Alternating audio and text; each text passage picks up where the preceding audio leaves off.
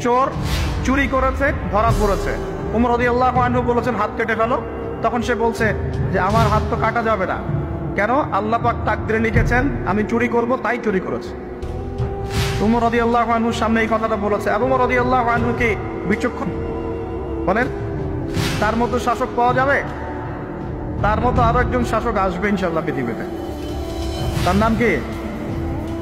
নবী ঈসা আলাইহিস সালাম ইনশাআল্লাহ তাআলা। এবং তার আগে আরো একজন ইমাম আসবেন। তার নাম কি? তার নাম হচ্ছে মুহাম্মদ। কি নাম? তার নাম মুহাম্মদ, তার উপাধি হচ্ছে মাহদী। কখন আসবেন? যখন পৃথিবীতে যুদ্ধ বিগ্রহ ছড়িয়ে পড়বে, ব্যাপক আকারে মালহামা চলবে, তখন আসবেন। কাদের পক্ষে আসবেন? মুসলিমদের পক্ষে। কি উদ্দেশ্যে আসবেন? সারা বিশ্বে জুলুম তুলে ফেলার জন্য। এবং আরেকটা কি উদ্দেশ্য? ওই জেরুজালেম উদ্ধার করার জন্য। কোন জেরুজালেম? যেটা এখন ইহুদিরা দখল করে আছে।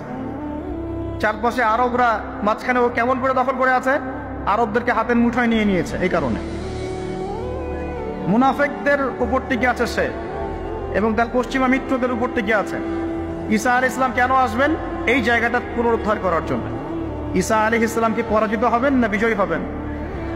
কত বছর বিশ্ব শাসন করবেন? 40 বছর। এগুলো হবে বিশ্বে, এগুলো হওয়া এখনো বাকি আছে। আরো কি হবে? মুসলিমরা কনস্ট্যান্টিনোপল আবার জয় করবে। এই কনস্ট্যান্টিনোপলের মধ্যে ফিতনা দেখা দিবে অচিরেই। মুসলিমরা ওইটা আবার দখল করবে ইনশাআল্লাহ তাআলা। আরো কি হবে? বললাম ভূমিকম্পের বছরগুলো আসবে সামনে, এবং মুতায়রুন শাদীদ।